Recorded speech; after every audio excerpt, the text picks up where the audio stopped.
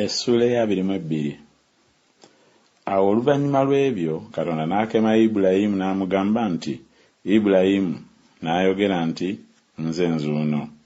N'ayogera nti, twala kaakano omwana wo omu gw'oyagala, ye Isaaka, ogende mu nsi Moliya, omuweere eyo okuba ekiweebwayo ekyokebwa ku lumu ku nsozi lwe ndikugambako.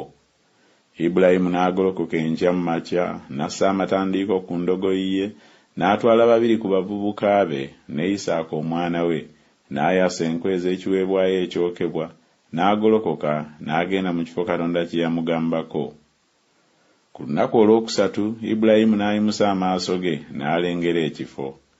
Ibulayimu n'agamba abavubuka be nti, mubeeremu wano n'endogoyi, nange n'omulenzi tunaagenda wali ne tusinza ne tudda gye muli.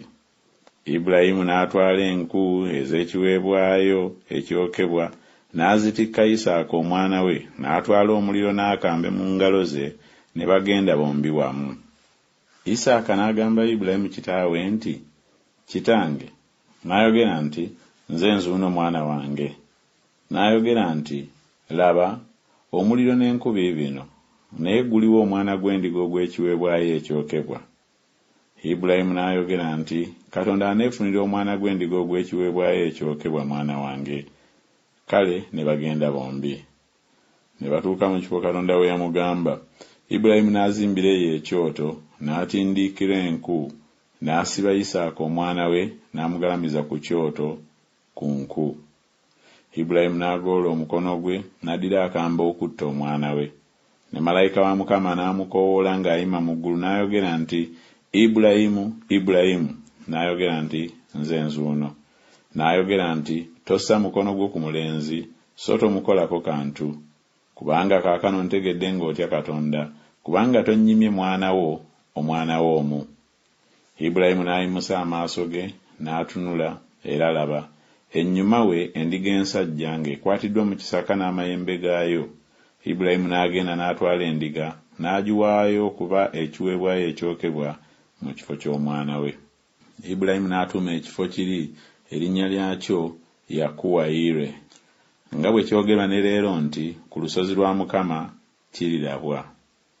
Ne malayika wa Mukama n'ayita Ibulayimu omulundi ogwokubiri ng'ayima mu ggulu, n'ayogera nti, neerayidde nzekka, bw'ayogera Mukama, kubanga okoze bw'otyo, n'otonnyima mwana wo, omwana wo omu, okukuwa omukisa n'akuwanga omukisa, n'okwongera n'akwongerangako ezzadde lyo ng'emmunyeenye ez'omu ggulu, ng'omusenyu oguli ku ttale ly'ennyanja, era ezzadde lyo balirya omulyango ogw'abalabe baabwe.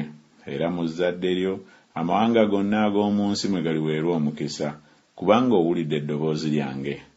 Awo Ibulayimu n'addayo eri abavubuka be, ne bagolokoka, ne bagenda bonna wamu e Beeruseba. Ibulayimu n'atuulanga mu Beeruseba.